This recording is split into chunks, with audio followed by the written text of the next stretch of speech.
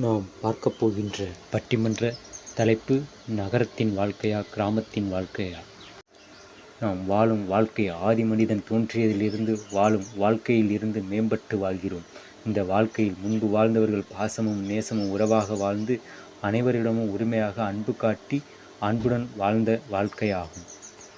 ஆனால் இப்போது நாம் வாழும் வாழ்க்கை நகரத்தில் திலா இல்லை கிராமத்திலா என்று இங்கு தலைப்பும் அதை பற்றி சரியான தொகுப்பு கதைகளை இங்கு காண்போம்.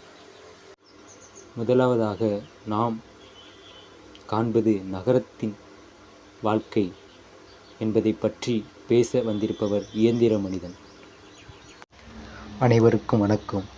நான் உங்களுடன் பகிர்ந்து கொள்ள வந்திருப்பது நம் நகரத்தின் வாழ்க்கைதான் பெரிது என்று உங்களுடன் பகிர்ந்து கொள்ள வந்திருக்கின்றேன். இன்று நகரத்தில் இல்லையே எவர் ஒருவருக்கு மதிப்பு. நகரத்தில்தான் ஒருவரின் வாழ்க்கையின் தொடக்கம் ஆரம்பிக்கிறது. கிராமத்தில் படித்த மாணவனோ மாணவியோ எங்கு வந்து தொழிற்கல்வி தொழில்நுட்ப கல்வி பயில்கிறார்கள்? நம்ம நகரத்தில் தானே இல்லை கிராமத்திலா படிக்கிறார்கள்? அப்படியே கிராமத்தில் தொழில்நுட்ப கல்விக்கூடம் தொழிற்கூடம் இருந்தால் கூட அவர் பட்டத்தை வாங்கிய பிறகு இங்குதான் வரணும் நகரத்திற்கு. ஏனென்றால் படிப்பு அங்கே இருந்தாலும் படித்ததற்கான வேலை நம்ம நகரத்தில்தான் உள்ளது. இன்றும் நாம் கோடைக்கால விடுமுறைக்கு சென்றாலும் கிராமத்தில் உள்ளவர்கள் நம்மை மதிப்பார்கள்.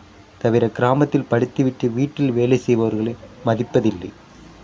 நகரத்தில் ஒரு வீடு இருந்தால் கிராமத்தில் 100 ஏக்கர் நிலத்துக்கு சொந்தக்காரர் என்று வாழும் உலகம் என்று கூறி வாய்ப்பளித்ததற்கு நன்றி சொல்லி விடைபெறுகிறேன். நன்றி, வணக்கம். அருமையாக நகரத்தின் வாழ்க்கை வளமான வாழ்க்கை என்று சொல்லி இயந்திர மனிதன் அவர்கள் பேசி அமர்ந்திருக்கின்றார். இப்போது நகரத்தின் வாழ்க்கையில் எவ்வித வளமும் இல்லை, கிராமத்தின் வாழ்க்கையில்தான் வளங்கள் கிடைக்குது என்று சொல்ல இயற்கை மனிதன் இப்பொழுது நம்மளுடன் பேசப்போகிறார். அனைவருக்கும் வணக்கம். நான் நம் இயற்கை பற்றி கிராமத்தை பற்றி பேச வந்துள்ளேன். எங்கு யார் ஒருவர் வேலை செய்தாலும் உணவு தேவை. அதற்காக நகரத்தில் உணவு செய்யும் இயந்திர கூடம் நகரத்தில் இல்லையே, எங்கள் கிராமத்தில் தானே உள்ளது. நாங்கள் கிராமத்தில் மண்ணை கிளறி விதைத்தால்தான் விடியும் பொழுது நகரத்தில் உணவு உண்ணலாம். கிராம இளைஞர் யாரும் படிப்பது மட்டுமில்லை, பல்வேறு செயல்களை செய்யும் ஆற்றல் கொண்டவர்கள். ஒரு கிராம இளைஞனோ இளைஞியோ நினைத்தால் ஒரு நகரத்தை உருவாக்கலாம். ஆனால் நகரத்தில் வாழும் யாராவது ஒருவர் ஒரு கிராமத்தை உருவாக்க முடியுமா? சொல்லுங்க அன்பு உறவுகளே. கிராம இளைஞன் கிராமத்தில் இருக்கும் 2 ஏக்கர் என்றாலும் அதில் சிறிய தொழிலும் செய்வான். விவசாயம் என்று பெரும் தொழிலை உலகுக்கு செய்வான். உலகம் முழுவதும் உணவு தேவையே தவிர நகரத்தில் வாழும் வாழ்க்கை அல்ல. கிராமத்தில் இருப்பவரை யாரும் மதிக்காமல் இருக்கலாம். ஆனால் உலகில் எங்கோ ஒருவர் எனக்கு தந்த உணவுக்கும் உடைக்கும் மற்ற பொருட்கள் எதுவாயினும் வாங்கி கொண்டு இறைவனுக்கு நன்றி சொல்வார்கள். அங்கு இறைவனாக மதிக்கப்படுவது எங்கோ ஒரு மூலையில் இருக்கும் ஒரு கிராமத்து இளைஞனோ இளைஞியோ தானே தவிர நகரத்தில் வாழ்பவர்களை யாரும் சொல்வதில்லை என்று சொல்லி வாய்ப்பளித்ததற்கு நன்றி என கூறி விடைபெறுகின்றேன். இப்போது இதற்காக முடிவை இங்கு காண்போம்.